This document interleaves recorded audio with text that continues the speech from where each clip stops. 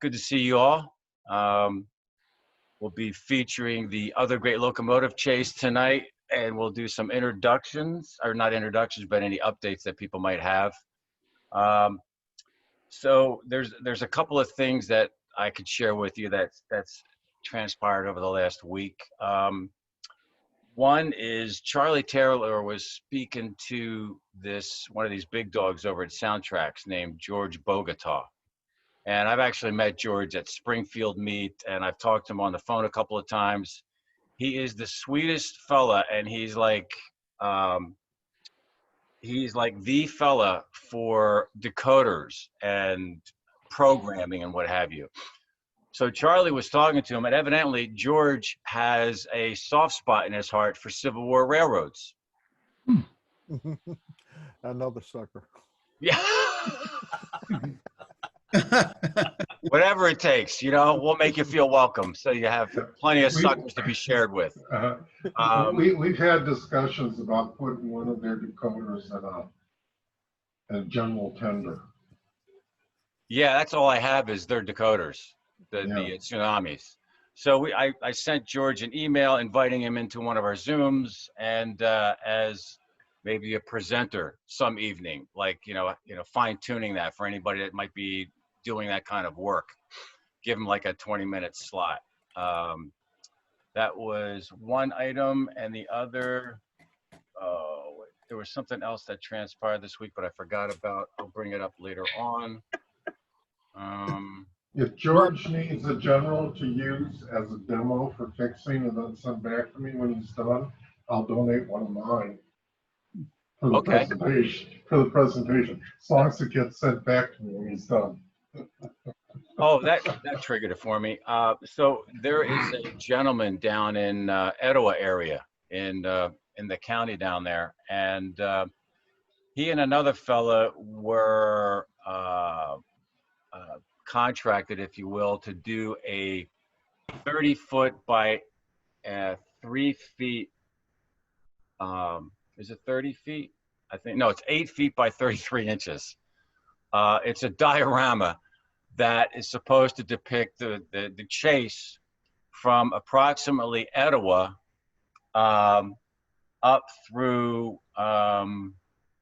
like Dalton and like, what did I say? 6 feet.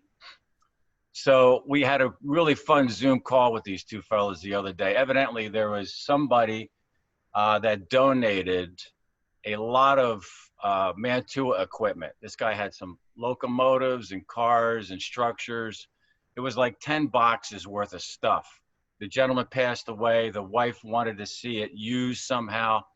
So they're taking on this project to build this diorama, 4 vignettes to be located at the Etowah Historical Society Museum. So LeBron and I were on a call with them the other day, and they are just flabbergasted by, all the assistance we can give them, because there's not a lot of data that they have, but they've done a fair amount of research. So that's a project that we're helping them along with. It's just fun to see how this Civil War stuff is starting to like pop here and there.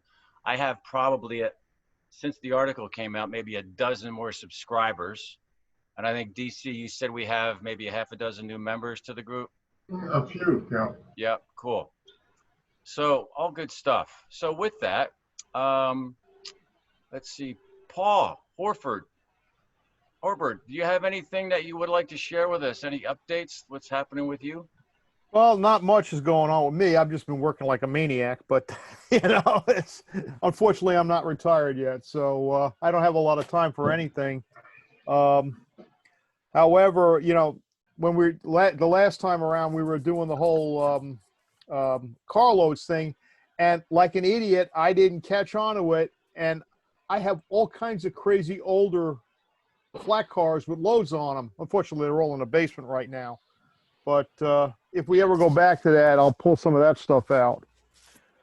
This is more 1890s era than 1860s, but right. That's cool. Good. Thank you.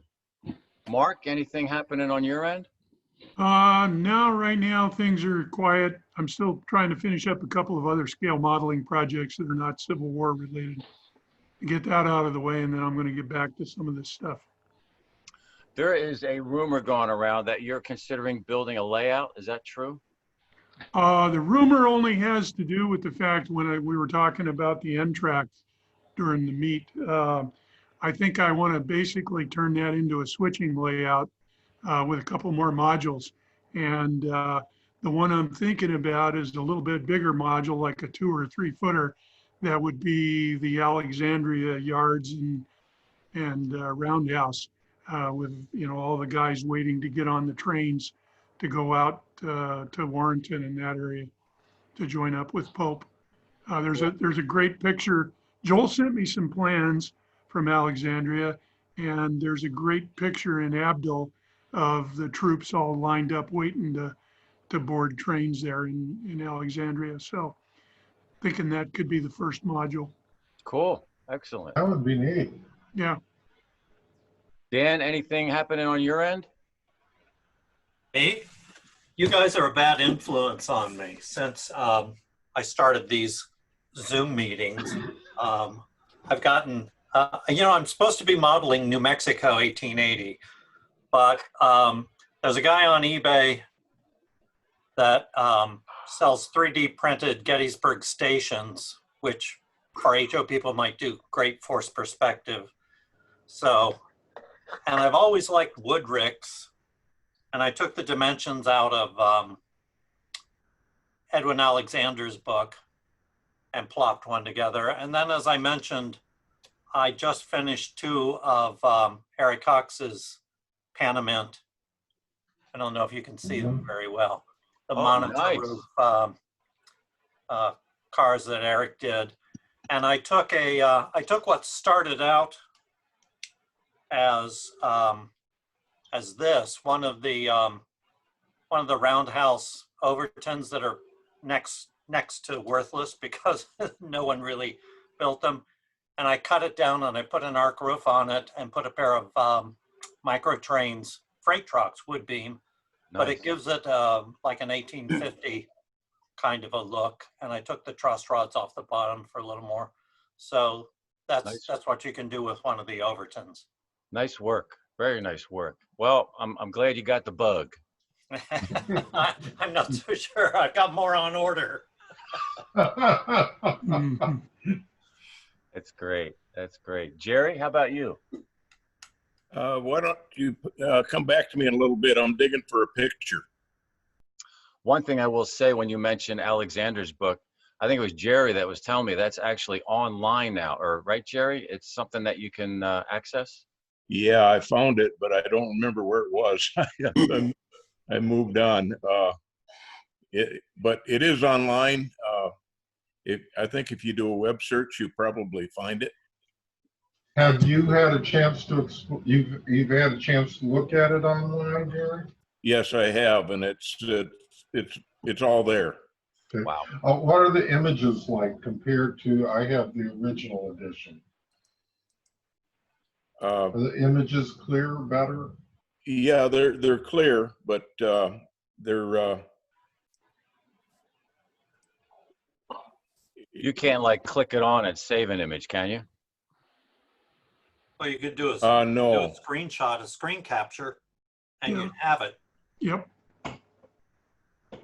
Yeah, you could do a screenshot or a snip, and then you could pull the images off. Good. Thanks, Gerry. I'll come Okay, back to you in a second. David Borkman, what's happening over in your end?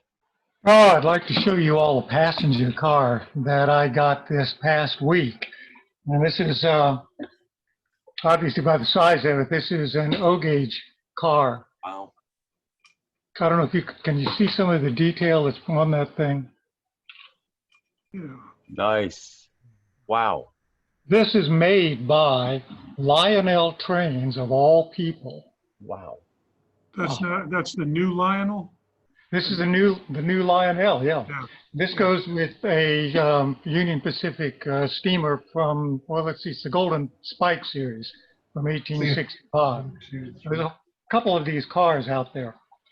This particular one actually has sound in it. You can see the speaker on the bottom of that thing. Yeah. And it has a device that will make a chuffing sound by a Hall effect magnet as it goes round to go round. It's a pretty nice, sophisticated car. Beautiful, beautiful thing. Needs to be weathered maybe a little bit more like what we would run, but still, the And workmanship. also from the length of it, it looks like it's actually scale length. Yes, it's a For scale. that era, yeah. Yeah, it is scale. O scale for sure. Looks like it could have been a Lincoln funeral car. I think this was made from several years ago. Lionel Trains came out with a Lincoln funeral train, and this would have been probably one of the molds that was used for that train. So they now have expanded it out to so Union Pacific and Central Pacific as well. Cool. Brand new. I've yet to have it on my layouts to see how it works. Yeah. All right. Thank you, David.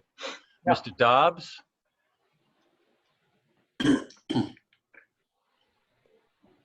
Well, my wife and I own a house that's 2 doors down the street from our current house. It belonged to her mother before she died, and Nancy inherited it. We had tenants in it for a while, but I had problems with them, and we've decided basically to refurbish the house and use it for when our kids come visiting. Anyway, I've got a room in it appropriated. Which I am going to move my some of my 3D printing stuff into. I've got a Prusa SL1 printer that I've never been able to use much because of the fumes and everything and not having good ventilation where I am. So I'm the people who are refurbishing the house are setting up a workbench and ventilation and everything else in that room for me. And I'm going to be able to get down there and finally use that thing enough to get past the learning curve, the initial learning curve on it, because I've never managed to quite do that. You know, it took me a little while to get past the learning curve on my FDM machine. And if I can get past the learning curve on this thing, I can print out a lot more detailed stuff. Nice. I may even start bugging Gerry for some of his files. That's So great. with any luck, that'll get set up in the next month or two. Nice. Anyway, that's in my plans. Boy, I was thinking, man, if you have a whole other house, I had visions of the dream layout, but one Yeah, I step don't at a think I can time. quite. I don't think I can quite swing that. Right. What I've swung is the smallest bedroom in the house. Got it. Right. Thank you, Paul. Mr. Taylor, anything to share from your end? No photos. I'm about finished with Adams Freight House. Probably got about 100 shingles left. I'm at the ridge line. You have to put those things on one at a time, and then I'm gonna go after my locomotives. Everybody that's been spending time and time out, I'm gonna take some time and try to, get each of them running well. I got about a half dozen in time out right now, and so that'll be the next effort. I mentioned to the group that you had your conversation with George Bogota. Yeah. Yeah. Right. And so I just wrote him about some generic soundtracks issues, and he's very, very helpful. And he said, you can see some of the things I'm talking about in this video that he had on YouTube, and it's a 4/4 in HO scale. And so apparently that's an interest of his. It'd be great to get him interested in the group. Yeah, I told the group that I sent him an email. I think I copied you and DC on it, inviting him into one of our future Zooms. Yeah. So Joe, anything happening on your end you'd like to share? Not much. I've been working with Eric on a flat roofed Pennsylvania car. You saw the monitor. He's doing that on his new printer. I've seen the test shots of it. Hopefully shortly we'll have something that I can share with everybody. Okay, thank you. Cool. Thank you, Joel. Rhett, anything happening on your neck of the woods? Yes, I'm in the process of building 9 cars between box cars, and I thought I would show a couple of them. I've got this is the oil. I don't know if yeah, there you go. Yeah, nice. Can you see that? Yep. Okay. And I built 2 of them, so it took an extra long time. This is one of the hardest kits I ever built when you have to do that. Those barrels, we have to bend them around a broomstick and make them wet and have them, conform and all that stuff. And then the banding's hard too, because they put a band where enabled to see the band on the barrel. It has to be dead center in the middle of the band. And yet when you're putting the band on, there's no way to see the scribed line for the barrel. What the hell? That's Anyway, that's a BTS kit, right? Yeah, I mean, I love the kit, and but they're not easy. They look easy, but there's some little tricky stuff, and I know that DC knows this too. Whoever else has dealt with the BTS, there's always a couple little tricky things in there. Okay, this is a Bitter Creek model, and this is the 26 foot or 25 foot car that he did that was modeled to go for the Union Pacific or the Central Pacific, and it's perfect for Civil War. Whose trucks do you have on that? These are Bitter Creek, and you can see their exact scale. I mean, an exact size for 1860. Nice. And then let me show you I used, I think, the same ones on here. Oh yeah. Arch bars. These, and we got some news. I was about to tell DC. I talked to Jeff Stone at Bitter Creek, and he is making those trucks, those ones that Eric Cox did, the U.S.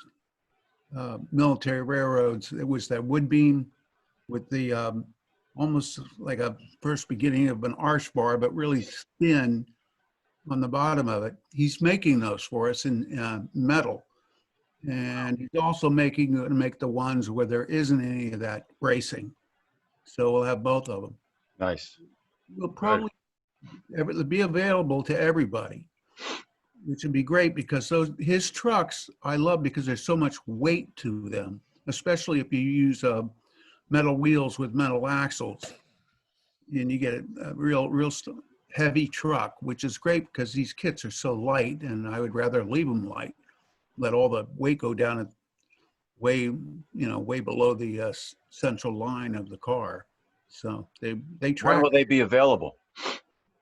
The ones that I'm using now, of course, are available right now. And he's got 8 new trucks on the market. And actually, he's not selling anything at the moment because he is redoing every single truck so that you can put them together without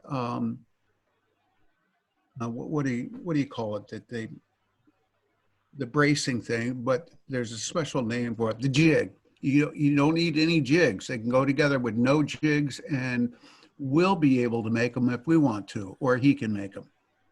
So these trucks will be available, I would say, probably 2 months. Okay. Probably, beginning of winter. Right. Thank you. Yep. Good. Let's see, who did I miss? Did I get everybody? Oh, Gerry, yes. Ready. Let me see if I can share screen here. Can you see this?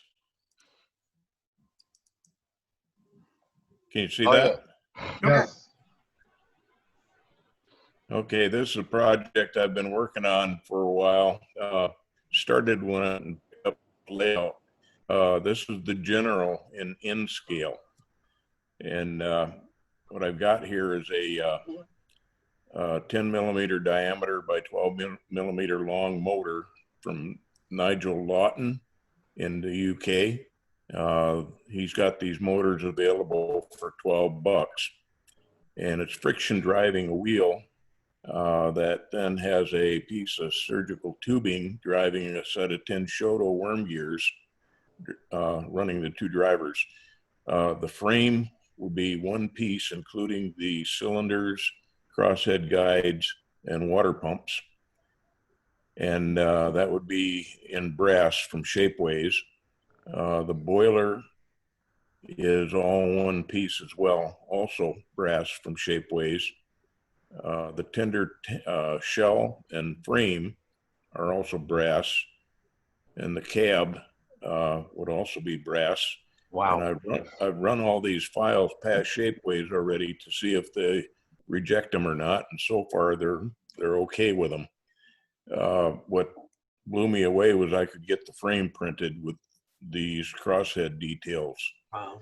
And it's been about 6 months since I ran these up the pole with them, so I'll probably have to do that again. But the intent here is to try to put together a set of files that anybody that wanted to can order them from Shapeways and be able to put together an N-scale general that's actually fairly well detailed. The drivers, I was going to just 3D print in resin. Al and I had done that a couple years ago with the Hayes 10-wheeler project, and he did some extensive testing as to whether they would hold up, and they did. So by doing that as a 3D print, I can get the spoke detail the way it needs to be. So it's far from being done, but now that the boat's out of the water, I'm tinkering with it again. So yeah, here's another close-up of the drive. Here you can see the friction drive. Wow. That's a trick that the guys in the UK do. And what that does, it gets me about 50-to-1 reduction with this motor. So the thing should be pretty torquey. And there's another shot of it. The little blue square here is the DCC encoder, and that's based on dimensions I got from Joel. Wow. Another shot of it. Brass for structural stability in the N scale? And weight. Yeah, structure and heaviness. Yeah, otherwise it'd be way too light, right? Yeah, I thought about doing it in plastic, and I thought, the thing would blow right off the tracks. But what I've done here with the headlight bracket, for example, that would get made as a fairly thick piece. But because it's so small in N scale, it'd be easy to file it down to the shape it needs to be. And there would be some filing required in the area of the crosshead guides as well. The side rods and main rods would be attached to the frame casting as part of that 3D print. So they would also be made out of brass. It'd need a 32nd of an inch diameter rivet to hold the end of the main rod in the crosshead. And I haven't gotten into designing the trucks yet, but that's coming. But what I did get a kick out with it is I could actually get this this builder's emblem, kind of embossed on the side of the boiler, and they didn't throw me out on that. So I'm kind of curious to see how that will turn out. So far, with the prices I've gotten on parts and pieces and on Shapeways costs, it looks like this thing is going to shake out in the area of about $150. Wow. So that's good. Yeah, that is good. Definitely worth it. Yeah, the price is really good for in-scale brass. Yeah. Gerry, real quick, would you eventually, I know you got to get this one done, would you see this as the platform where you could change out locomotive boiler and cab for other engines and stuff, but kind of keep the same basic frame and so forth? Things like you could probably do things like change the pilot. In fact, the pilot I've got shown on here right now may not fly. I was trying to do the W&A pilot here, and a stave type pilot would be a lot easier and a lot more acceptable by shapeways. I want to frame, and the other to just make a center rib and two side supports and the bottom triangle, if you will, and then use little pieces of brass strip to simulate the bars that the W&A pilot had. Because this stuff gets really small in scale. You know, these bars on the pilot would, for example, they would be about, ideally they'd be about 12 thousandths of an inch from top to bottom. And that's, you know, that's getting down there really small. That won't print as a single element. It's too small. It'll burn right through. So the only way to do it is to emboss little hollows and just paint them. And, you know, to get it to look the right way in N scale. Gerry, so I've been kind of learning some tricks as I go along here as to what will fly and what won't. And it's really tiny. Now the intent would be to hold this pilot truck on with a 1 millimeter screw and a second 1 millimeter screw down through the stack into the frame casting, and then there'd be a third 1 millimeter screw at the back end, holding the back of the boiler onto the frame. And I would be using probably 1 millimeter screws to hold the pilot, to hold the tender trucks on as well. The intent is to get electrical pickup through all 4 wheels in the pilot truck and all 8 wheels in the tender. It would not have electrical pickup on the drivers because they would be plastic. Axles would be a 1/16 of an inch in diameter. And if I can find my frame drawing back, I don't know if you can see it here, but I'm actually using the frame. I've designed in cradle bearings, if you will, for the worm gears and the worm gear shaft to ride in, which keeps them aligned so they don't slide backwards and forwards, and also gives them the right relationship to the gears on the drive axles. The drive axles would be fit into recesses in the frame so that when you put the boiler on, this edge of the boiler or firebox area set down above the axles and hold the axles in place. And then there's similar ribs in the internal part of the boiler which would hold the gear axle or the gear shaft in place, so that essentially the frame and the boiler become the gearbox.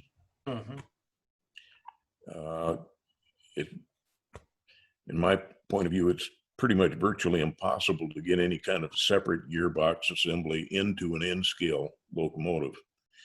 But once it's done, changing the configuration of the boiler to, like, for example, a Mason, a straight boiler, would probably run on the same concept. Gerry, what about, you're saying this is the general and you've got 3 domes. Where's the ankle boards? Not this view yet, but I did put them on the frame. I don't think I've got any photographs that show it. Okay.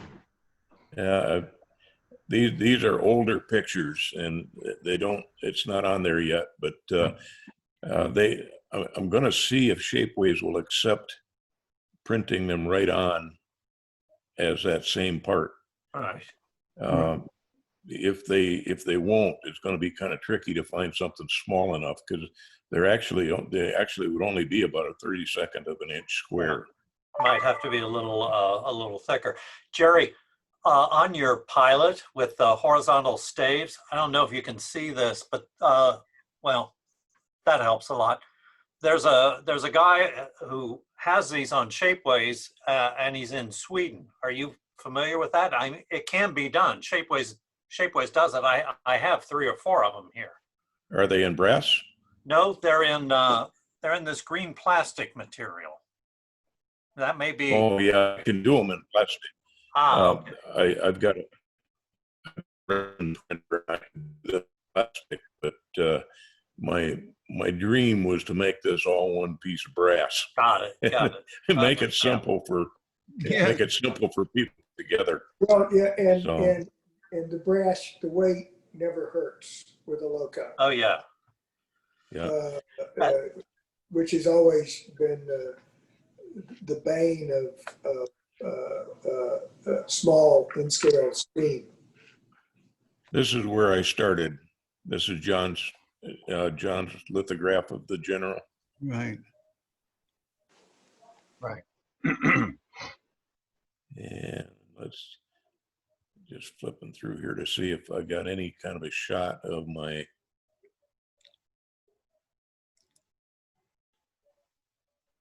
So you've got room for a Okay, DCC chip behind the motor, right? Pardon? There's room for a DCC chip behind the motor? Yeah, that's this blue thing here. Great, that's great. Yeah, very little problem. I just pull C gauge chips or Okay. in-scale. This is the plan for pickup on the pilot truck. It would have a couple of pieces of PCB with wire soldered to them, which would just touch the back sides of the flanges. And then coming through the bottom, you'd have a 1 millimeter screw with a bearing or a sleeve.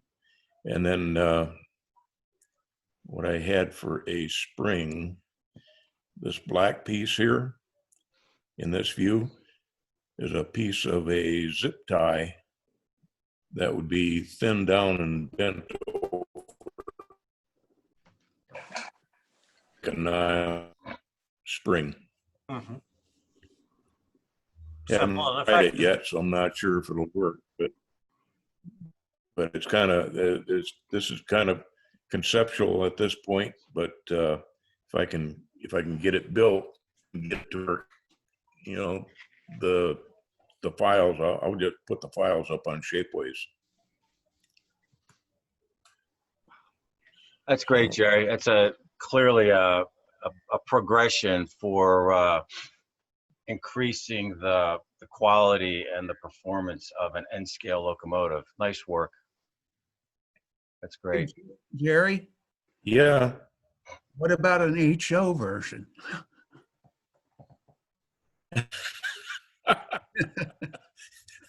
You know, other than the Tyco one. No. Well, wait a minute. Some of us are O-scalers, you know? Yeah.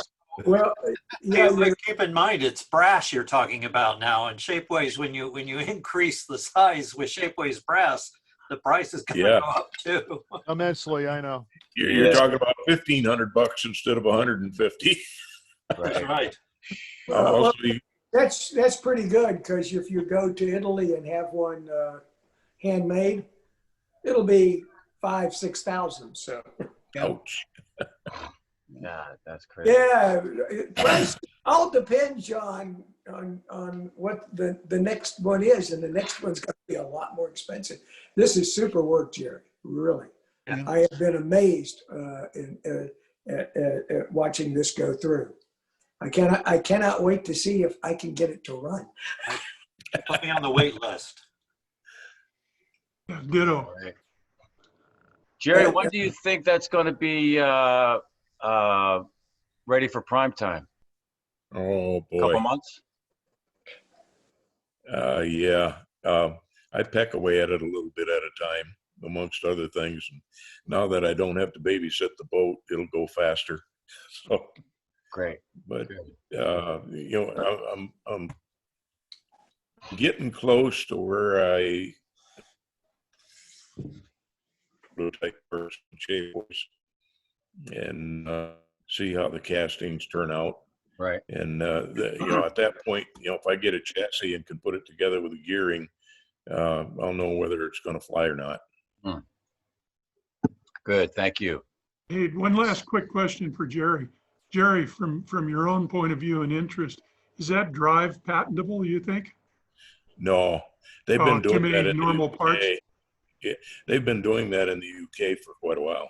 Okay, well, I was actually referring to the worm gears. I guess I should have said gearbox. Your replacement for a gearbox. I doubt it. Okay.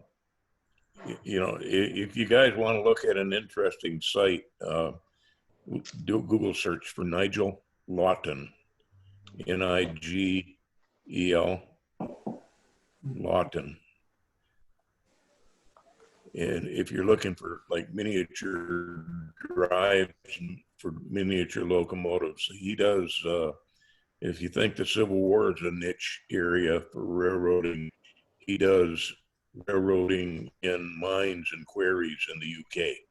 And they're very narrow gauge in scale. And it's absolutely tiny little stuff. And he's the go-to guy for most of those guys for what they need for drive components. So they take these little $1.50 vibrator motors that used to be in phone pagers, and they run those with a dropping resistor, and they put tremendous reduction on them. And they actually drive things around with those tiny little motors that are like, I think they're 6 millimeter in diameter. Wow. They're just tiny.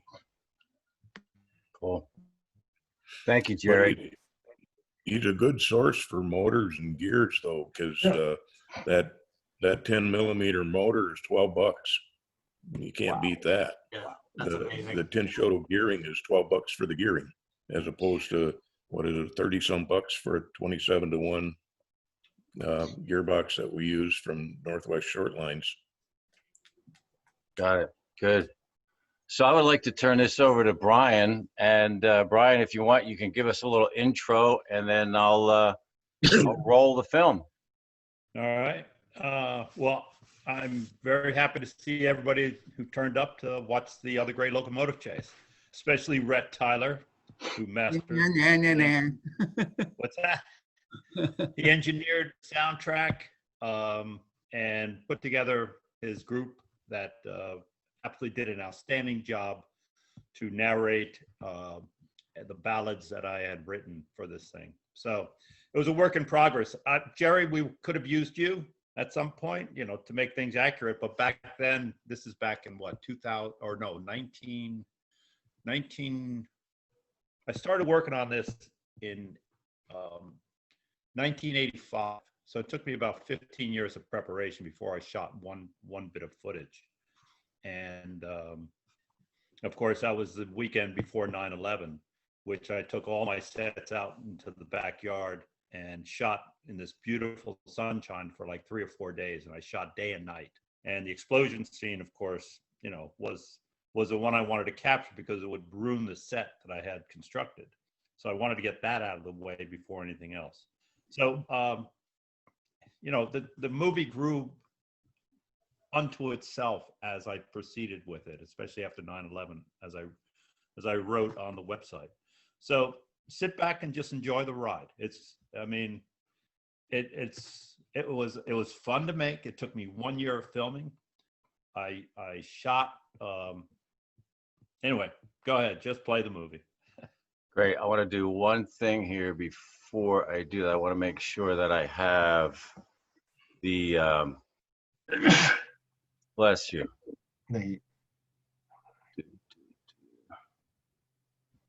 Optimize screen sharing. Okay, this should do it.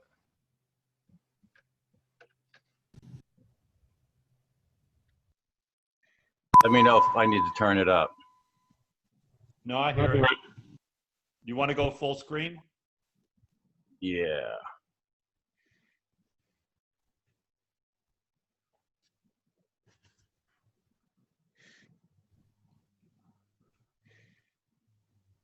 Tom, we see the mouse searching.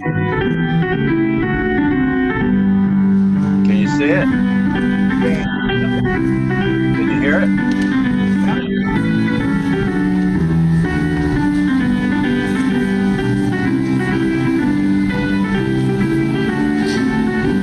I would say, Brian, if you want, you can throw in a comment here and there if you like.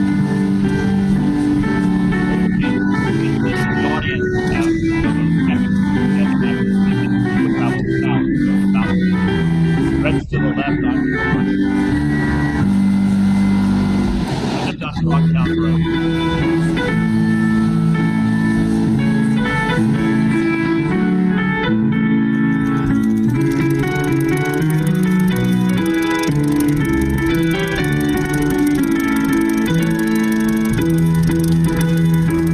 In 1862, some northern soldiers went in behind enemy lines and stole a train in Georgia.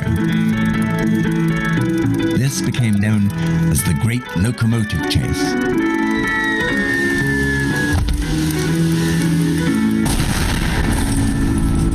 The Civil War had raged on. It was now in its fourth and bloody year.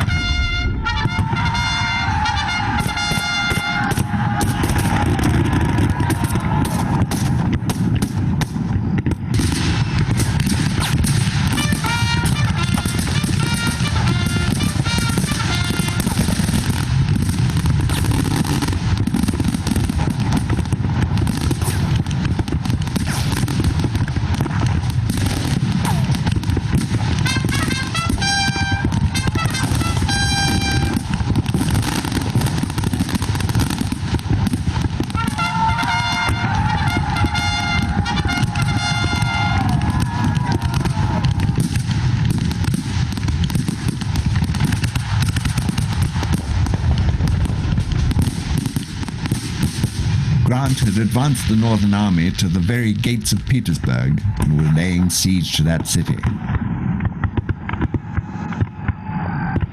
He had established a major supply base at City Point, just 10 miles south of Petersburg on the James River. A railroad from City Point to his trenches encircling the city provided the needed men and material to sustain a prolonged siege.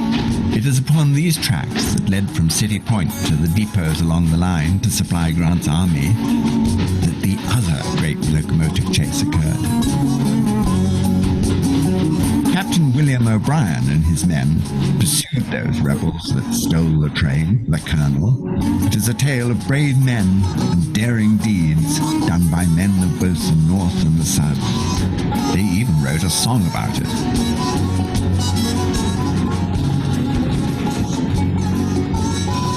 This is Captain O'Brien's personal account of that event, and I now bring you the heretofore untold story, the tale now told of the other great locomotive chase.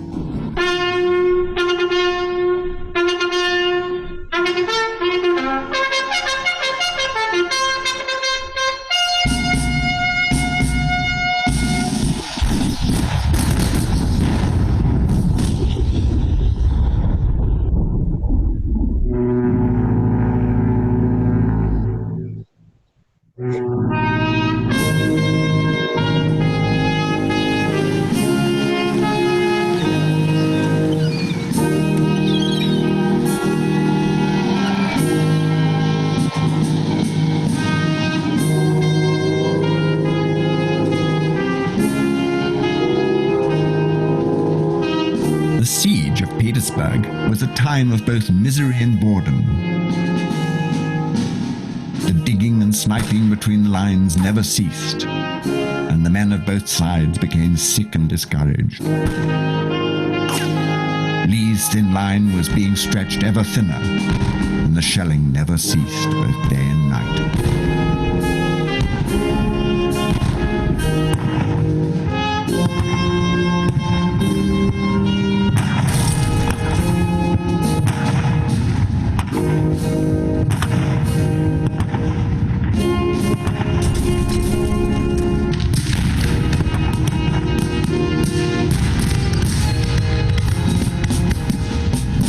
was ceaseless in his campaign to envelop the city. As the digging and fighting went on, he would send his cavalry on raids to strike at the rail lines south and west of the city. His men relished the duty and went at it with great enthusiasm.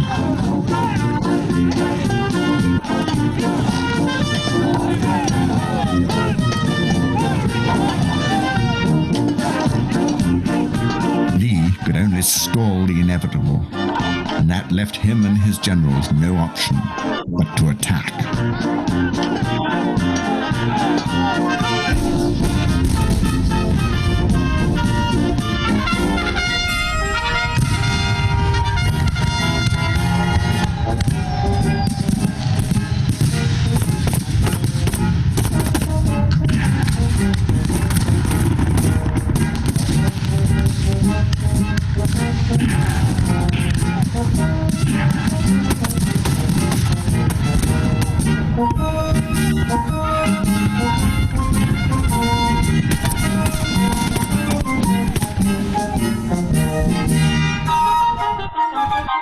Results were always the same. Lee would lose men that further decimated his shrinking army. Those captured would be brought back to the last stop of Grant's military railroad at Globe Tavern.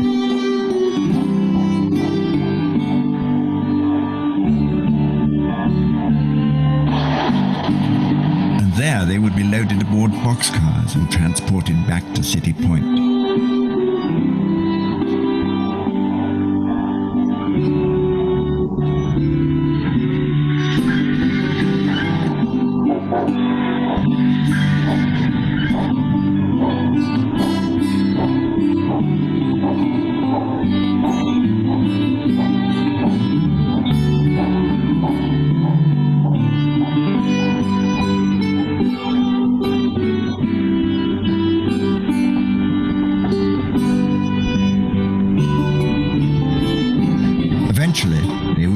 North by steamer to a prisoner of war camp.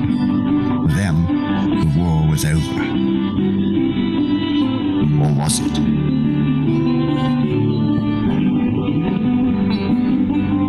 The day was seasonably warm as the train backed into the depot at City Point, the air filled with the noise of ships and trains loading and unloading their burdens.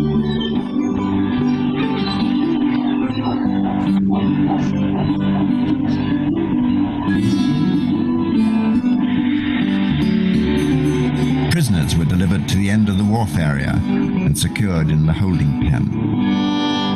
Some of the provost squad were playing cards and cooking breakfast. They were happy to be away from the front and in the safe spot behind the lines. A locomotive, the Colonel, sat across from the siding, its tank topped off and woodpile refreshed for the return trip back up the line.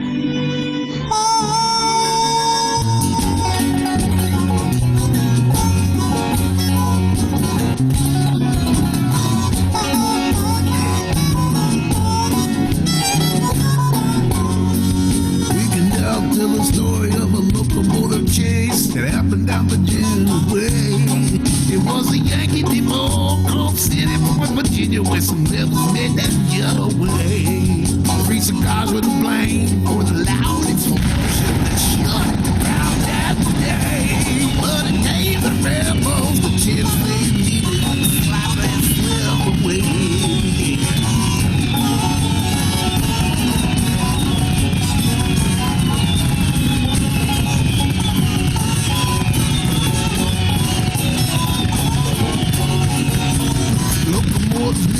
We called the Colonel and she probably performed that day. But it was for the rebels that she did her duty. And father, she slept away. The belly full of steam as she left the side and watched this big old driver's turn. There was plenty of kissing and shots to fire, but the wheels continued to turn.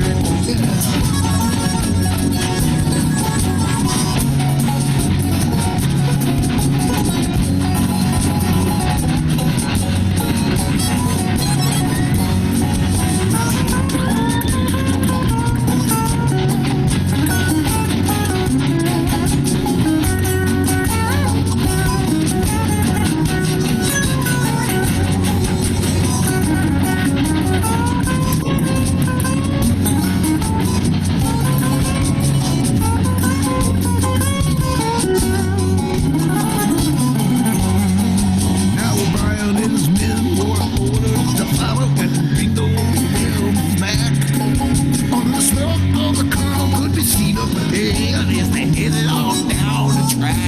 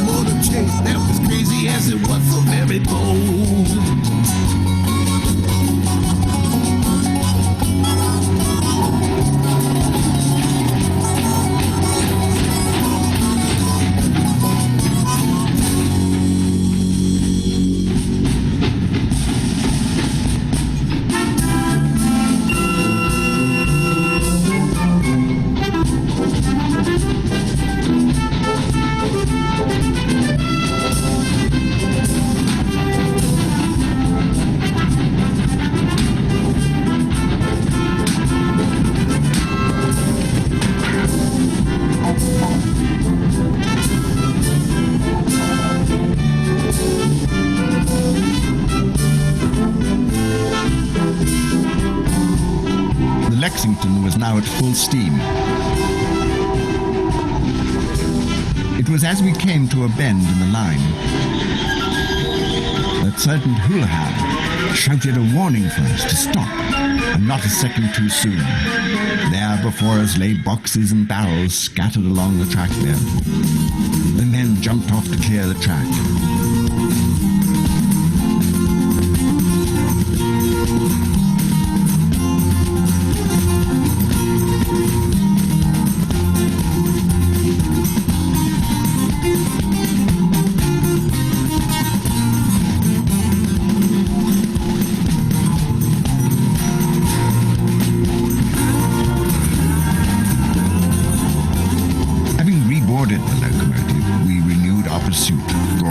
Closer.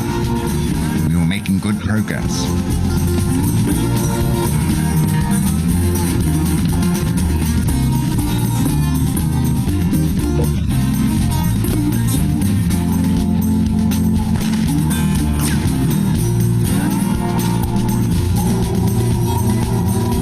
We were just about to connect with the rebels when the rear wall of their boxcar fell before us and onto the track. Got wedged under the cowcatcher, and again we were forced to stop and deal with the obstacle.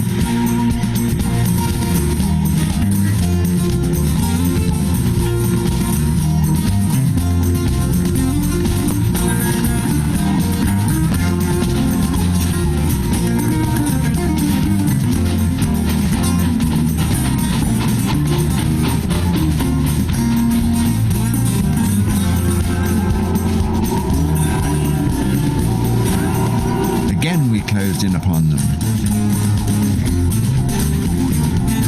Doherty and McMullen were up front, and as we drew close enough for them to board the boxcar,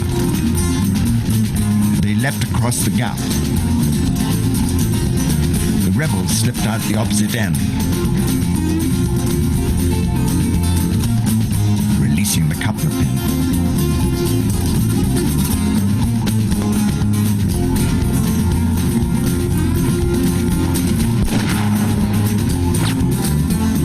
Burdened with a boxcar to our front, which slowed us down. We had to find a siding to discharge this unwanted freight.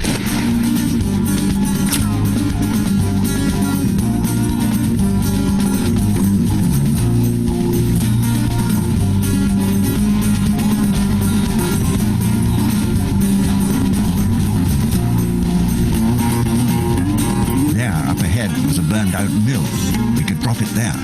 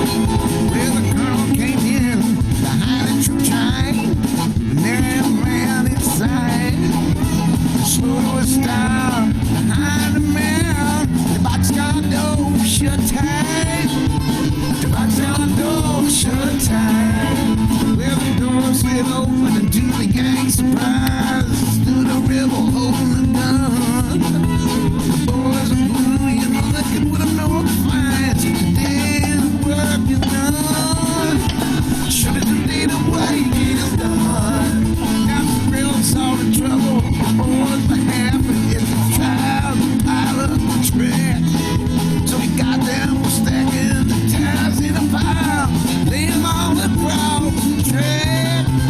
Lay 'em all across the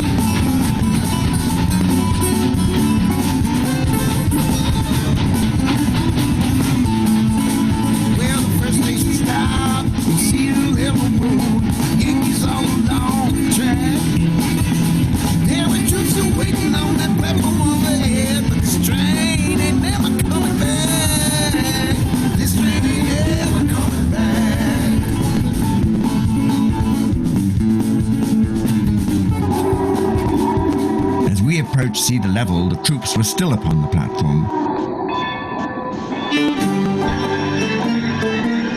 We screeched to a halt, and I asked who was in charge. Captain Fitzgerald stepped forward. I explained the situation, that we needed some of his men.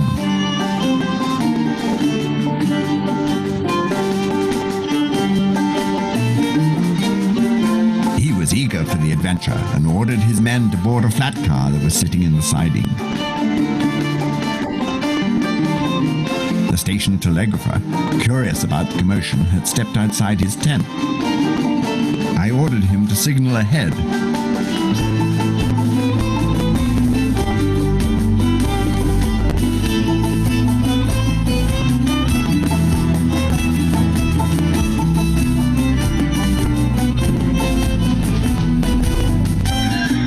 The train had been backed at the switch, and now our engine was attached to the flat car. With our reinforcement aboard, we left the junction, confident that success was imminent.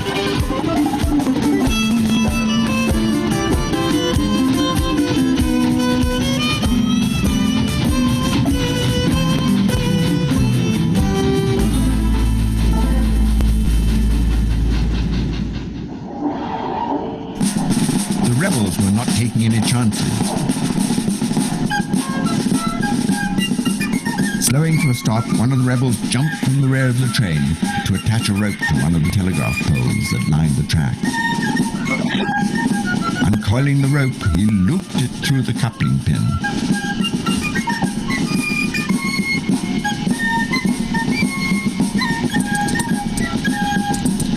The telegrapher back at Cedar Point was busily tapping out the alert.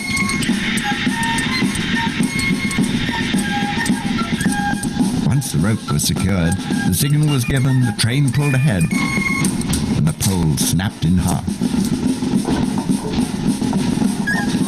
The telegraph wire was ripped from the poles for 100 feet or more, and the line went dead.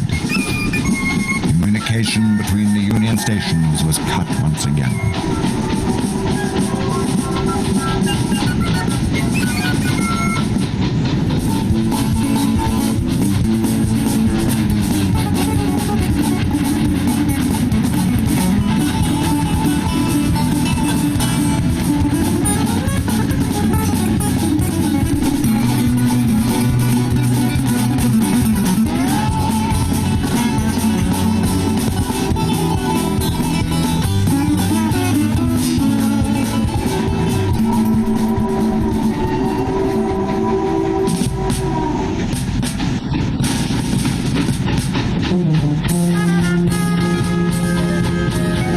So far, luck had been in the rebels' favor. And now, what was this?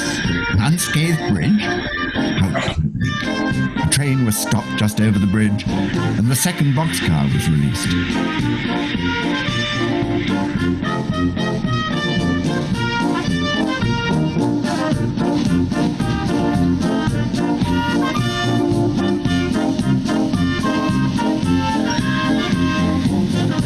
The lieutenant ordered one of the men to climb aboard the boxcar and lock down the brake wheel. He sent another forward to the cab of the colonel to get some fire, and a third up the pole to cut the telegraph line yet again.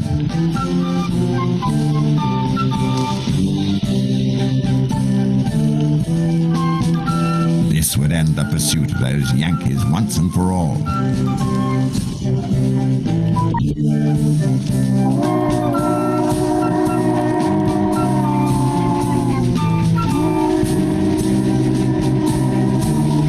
As the Lexington arrived on the scene, smoke was already billowing from the bridge. We made an attempt to push out the burning boxcar, but it wouldn't budge. And for fear of derailing the car, I had the Lexington back off.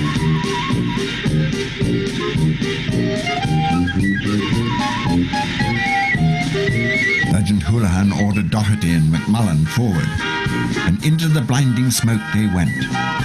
The smoke only made their journey across more perilous.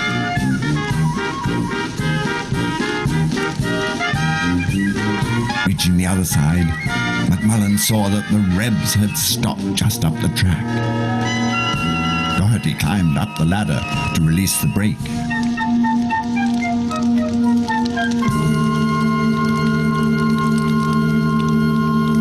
McMullen fired off a round. The enemy replied.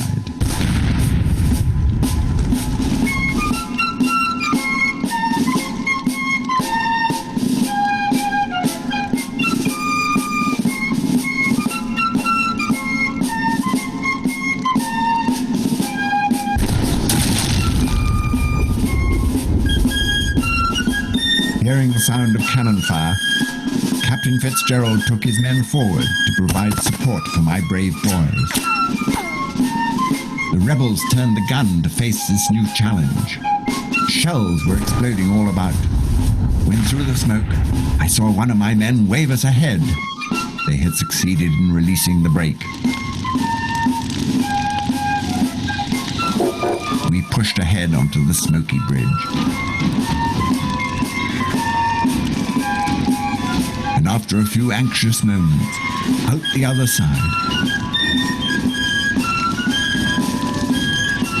we had saved the bridge. But what to do with the burning boxcar?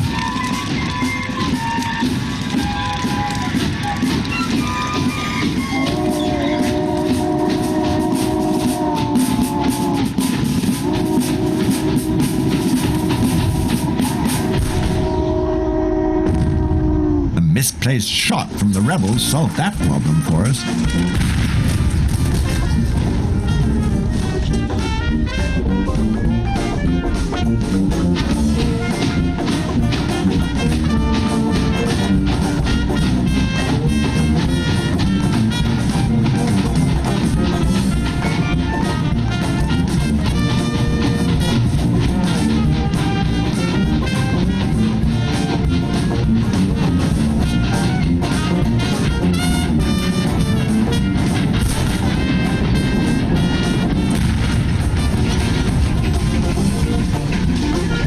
To shell us, but a moving train is not a good gun platform.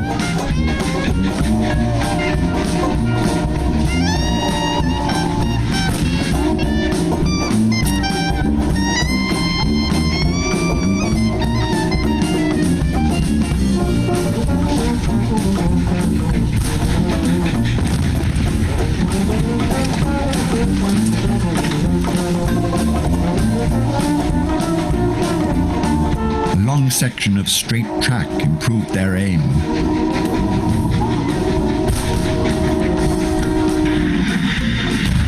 My men jumped clear as the shell exploded just under the front truck. The train ground itself to a halt amid a shower of spark, smoke, and screeching metal.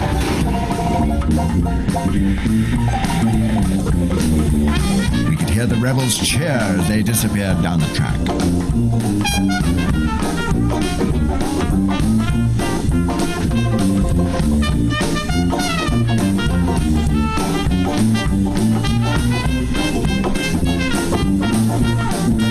With the Lexington derailed, there was no time to lose. We would not give up the chase. We would pursue on foot.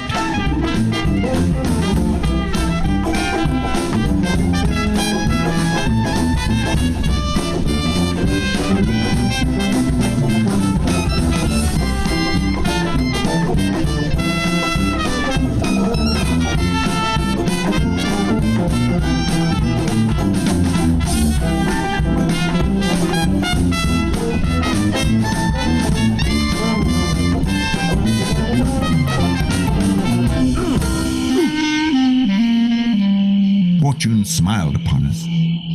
There, just down the embankment, was an abandoned rail car. I had the men haul it up. And loading ourselves aboard, we pushed forward with new resolve. The rebels continued to steam past picket posts and troops moving to the front. The Union troops, oblivious to the danger within their midst, paid no mind to just another train heading up to the front. We pulled and pushed ourselves along, hoping to catch them despite the ever-increasing distance.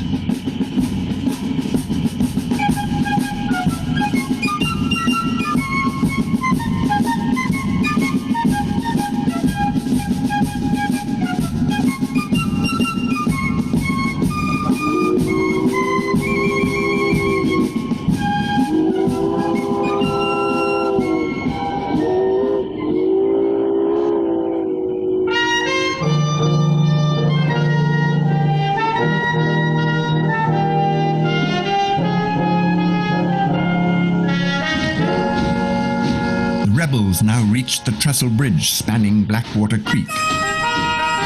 Seeing no activity about, they stopped the train in mid-span. There were some Yankees crossing downstream, but this was an opportunity not to be missed. Opening the gun limber, they placed shells upon the trestle and prepared it for destruction.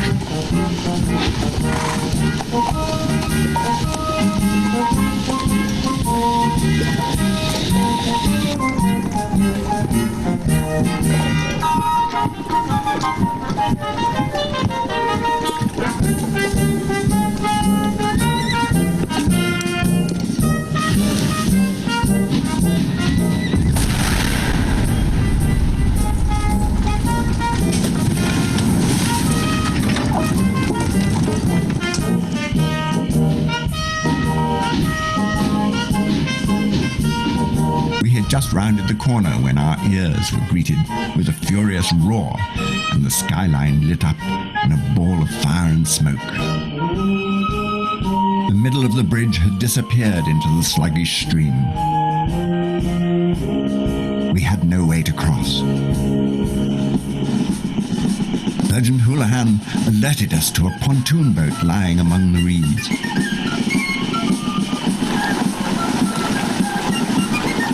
Like Washington crossing the Delaware.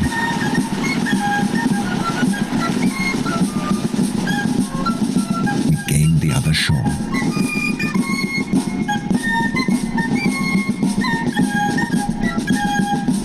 Pitkin Station was a wood and water stop midway up the line, and it was here the line divided. The explosion to the south of Pitkin had not gone unnoticed. Aboard the Colonel, the pressure gauge was dropping. Seeing only a few men up ahead of the water tank, stacking wood, the rebels decided to risk stopping.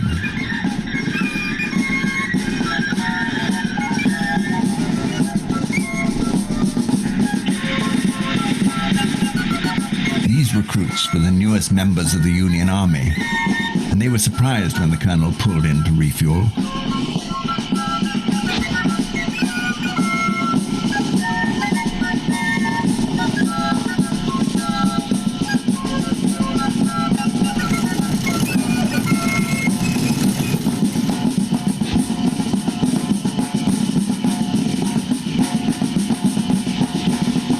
The Yankee lieutenant and his sergeant headed across the plain to make inquiries.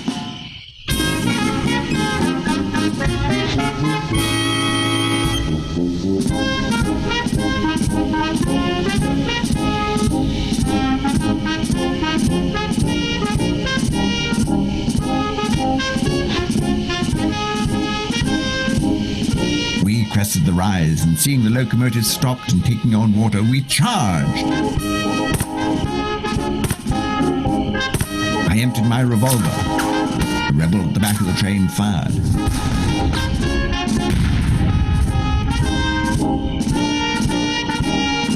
Everyone was scrambling now. The gig was up. Drums rolled and bugles blared, alerting the camp.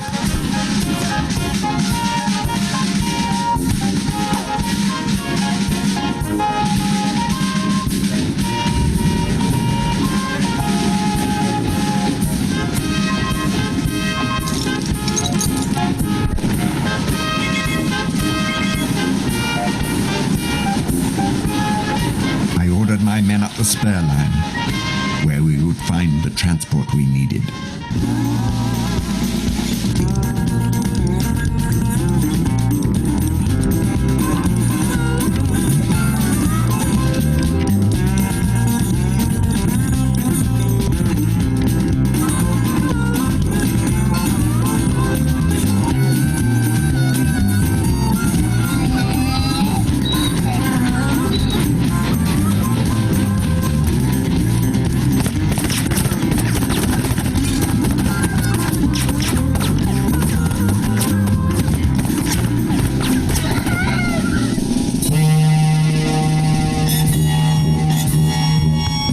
this spur, the Union Army had a flat car-mounted mortar, nicknamed the Dictator.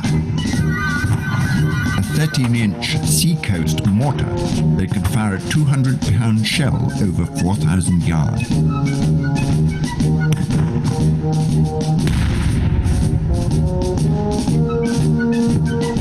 It took some fast talking to convince Captain Tunison of our urgent need of this particular piece.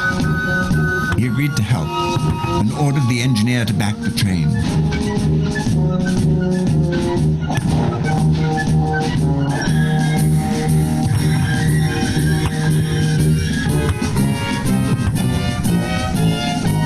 The gun was attached, and we headed back to the switch.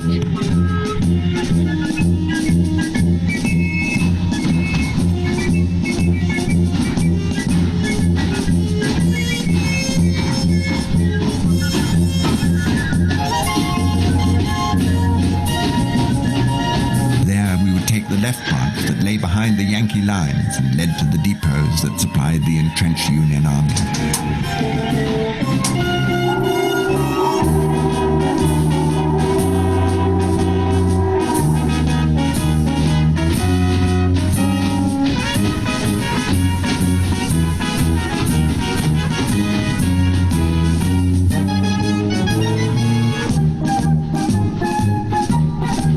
Confederates were not to be frustrated in their mischief. The ramrod to the cannon had been lost due to their hasty departure at Pitkin. So they proceeded to throw shells like grenades as they hurtled past each depot. The rebels were now in the rear of the whole Yankee army, and with each new explosion spread panic and destruction.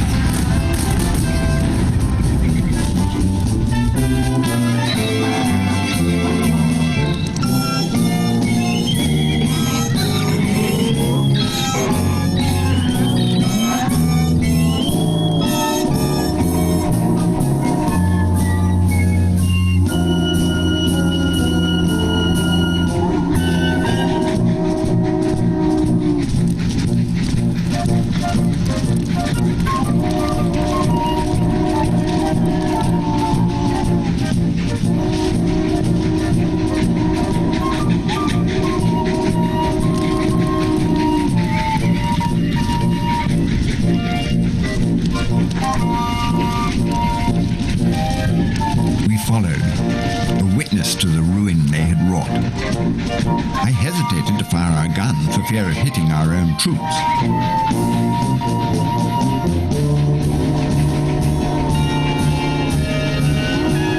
But the gap was closing quickly, and soon we would have the opportunity to pay in kind.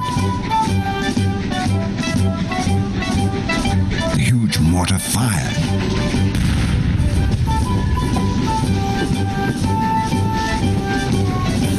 A lucky shot it was. The rear of the rebel train disappeared in a cloud of smoke and flame.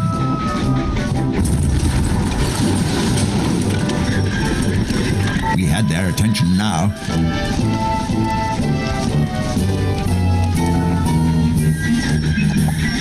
They dragged the flaming wreckage behind them, confusing all who did not know what was afoot.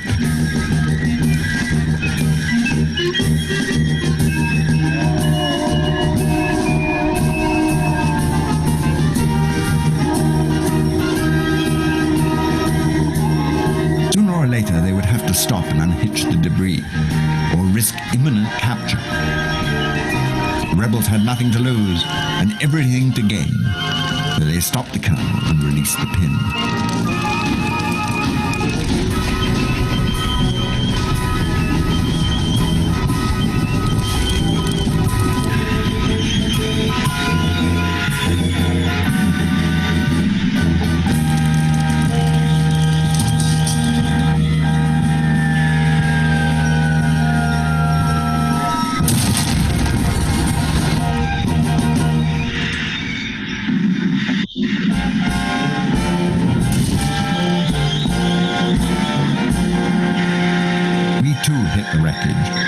Despite some tense moments, brought the train to a stop. Captain Tunison jumped off to check on his men, and we continued in our pursuit.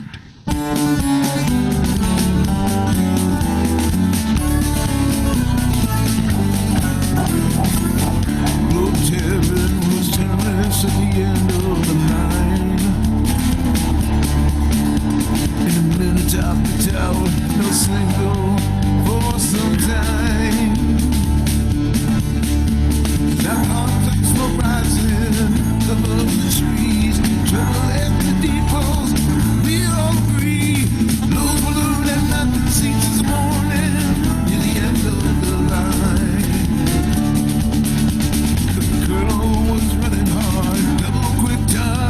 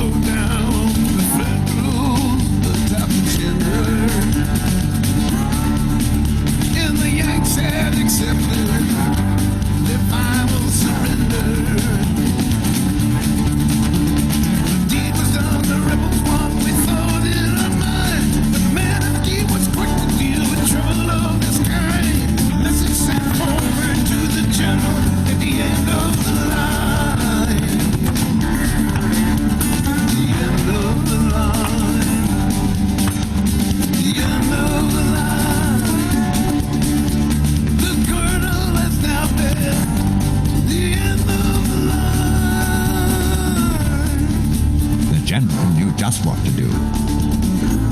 Turn the guns and clear for action.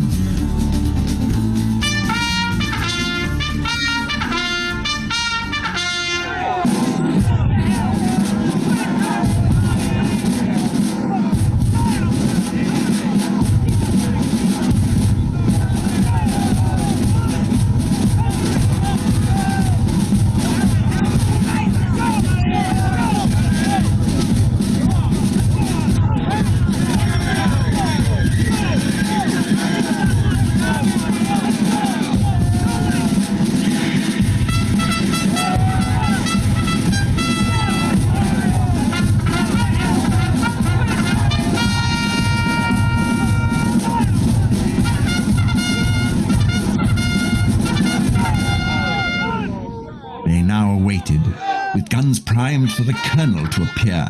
There she was. Ready! Fire!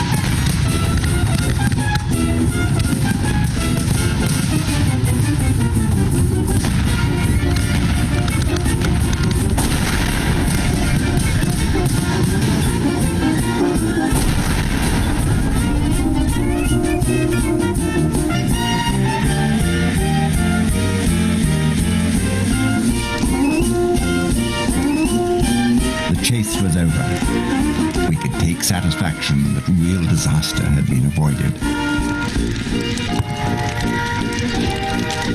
And these two rebels would not escape from us again. The Intrepid with its passengers drifted lazily over the Union lines, but the word was out about who rode in the basket high above the Yankee trenches.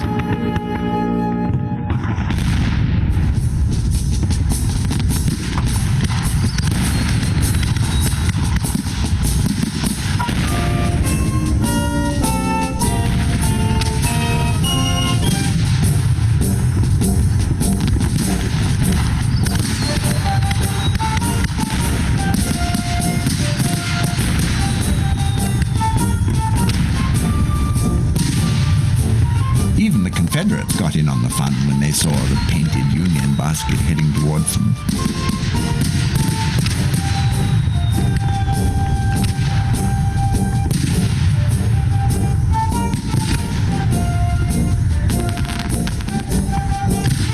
It was only when they spied the stars and bars displayed by its occupants that they called a ceasefire.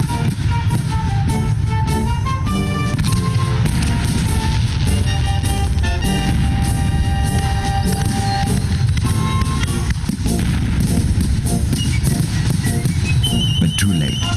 A shell fragment had pierced the fragile balloon.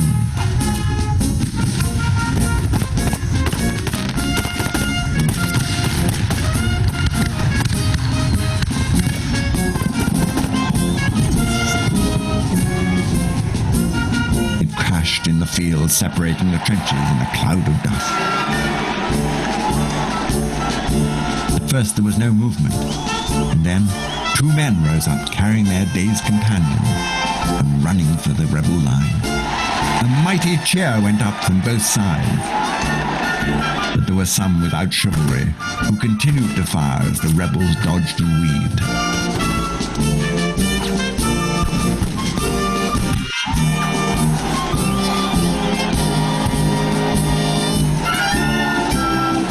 One of the men stood upon the breastwork and waved his hat. This gallant gesture was met with another volley of rifle fire. The rebel flag they had guarded in many a battle now fluttered to the ground. Yankees cheered. And the siege went on. The war was not over yet.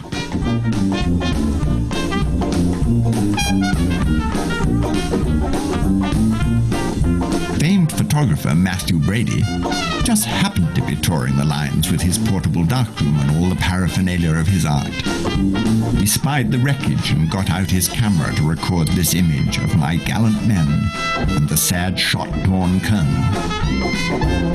This long-lost picture and my journal are all that remain of an event that history has forgotten, that I call the Other Great Locomotive Chase.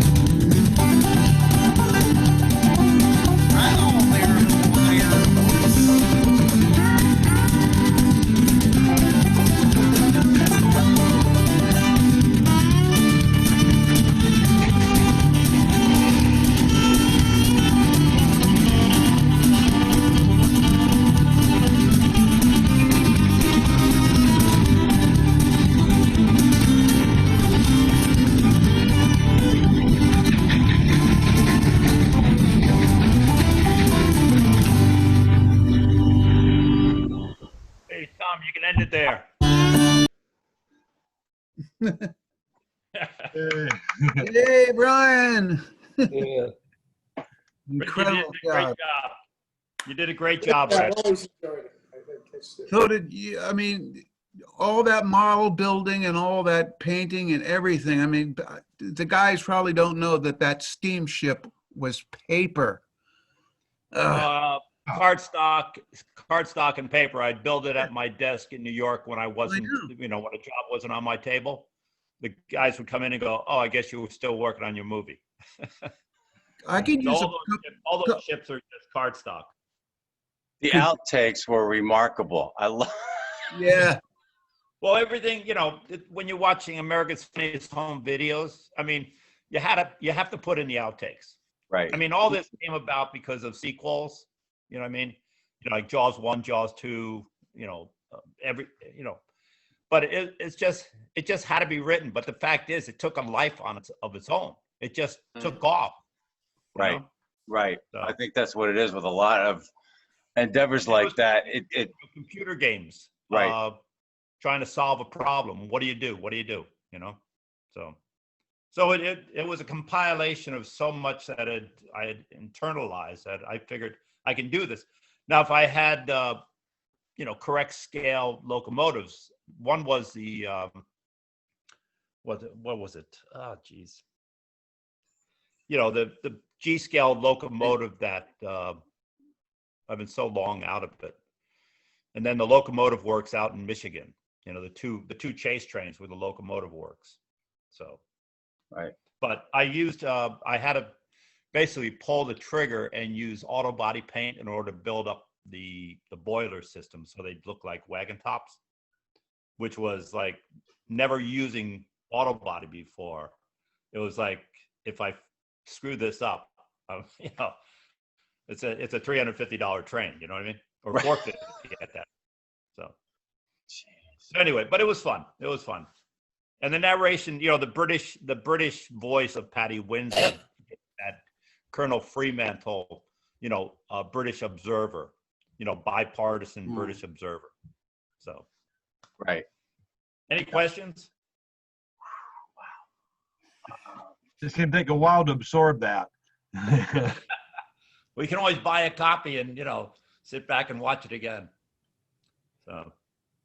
It's just amazing how many different scenes. I mean, your scenes last maybe 5 seconds. Right. And there was, I mean, the amount of work to create to set that up, to plot this, the frame of it, and then to run it. I'm just curious, of that 1 hour of film, how many hours of film do you think you actually shot? Oh, I had cassettes of film like you wouldn't believe, Right. And what I didn't like, I would erase and then shoot over it again, just so I didn't get confused. But a lot of stuff, I mean, a lot of the backgrounds are based on, or the figures are based on Winslow Homer's drawings. The paintings at the beginning of, the guy standing up and shaking his fist, that's a Winslow Homer painting. Prisoners, when they get captured, that's a Winslow Homer painting. Right. Based but caricatured. The battle along the fight along the Weldon Railroad is based on what's his name? Keith Rocco painting. Right. I used the background, and I used, I kind of, stole the figures, but kind of did my own version of it. But this way, you at least had something that you could do it. But everything had tubes to it, hooked up to the back of the rifles and stuff like that. But How'd you do the smoke? Of the, the wilderness campaign into, the march to get to Petersburg.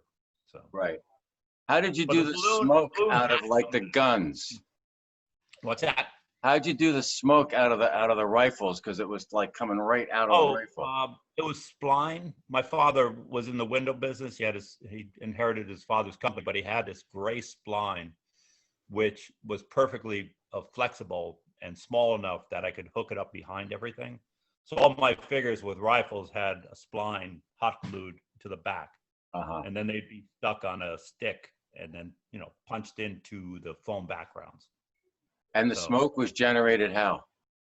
Oh, me, smoking cigars, pipes. You know, I mean, by the time my mouth and the roof of my mouth was just burning to death. You know what I mean? So, but the thing is, you know, when O'Brien is chasing at Pitkin Station and you see the bulb in the gun go off with the spine. And I had to do that like twice or 2 different angles or 3 different angles and stuff like that. The whole thing was cutting. Right. The editing time was remarkable. Yeah. And the editing took about 1.5 years. And problem was I had a corrupt Apple desktop. So I lost footage, you know, editing and stuff like that. But I still had raw footage. So I started downloading every day after I'd finished editing. Brian, I remember that. Oh yeah. I remember you. Yeah. Drive me nuts. I got a phone call and you were just freaked because I finally figured it out that it was the computer. Well, I took it up to Westport to a Apple place and they went through it and he goes, no, this is, because I bought it from Newegg. It was just like a secondhand rebuilt. You know what I mean? So, you know, live and learn. Right. Yeah. Right. So. Good. Well, thank you, brother. That was good. That was very entertaining. Very entertaining. Good. Well, you know, there is credits. There's a whole section of credits, which Kate Tyler sings, or Kate Livingston sings. You know, right, Brett? Yeah. We both, that was a duet. It's a beautiful song at the end, you know, with the credits giving everybody their just due on what they did. You know what I mean? Yeah. But I like making everybody's caricatured as far as introducing them for what, you know, their participation in the movie. Yeah. And what's her name? Mindy Johnson. Right. She was a kitchen scientist, and she caught something and, you know, passed away just before we premiered it, or just after I premiered it. So, but it won for production. Brian, hang on. Yes. You're mistaken about that. Oh, Mindy Johnson was a famous violinist musician. Right. No, I know that. No, wait a minute. She was with Carly Simon, Billy Joel. She was with. She started out with the Hooters. You all remember that group from Philadelphia. But she died right after this film, and what you thought was her being a scientist and getting sick, she was dying of cancer, and she wouldn't tell anybody. So it finally came out. She hit it. I remember when she was up recording with me and rehearsing and stuff, and then she would start doing these funny, weird moves and stuff, and I was like, "What are you doing?" And oh, these are just exercises. What I found out that she was trying to do this stuff to clear her bowels. Oh, just weird. Right. I mean, she's a beautiful lady. So she's dedicated. I mean, the movie is dedicated to her in the final credits. I didn't see that. Remember the day? Remember the time we had what's his name? Patty Windsor sitting in your toilet room doing the voice as you were recording it in your engineering room with the chicken clucking. Yeah. Patty was the pisser. Yeah, he was. The British ensign, so he was perfect for it. Yeah, really. He brought in the Monty Python. Exactly. That's great. Good. Well, thanks again, Brian. That was a joy, and this has all been recorded. Smooth. What's that? I mean, the actual DVD is smoother than the Zoom presentation. Yeah. So it's like, you know, it looks like things are jumping like a half a frame or something like that. But, you know, we didn't see that. Brian, we didn't see any of that. Oh. You didn't. Well, it's probably what I'm watching it on.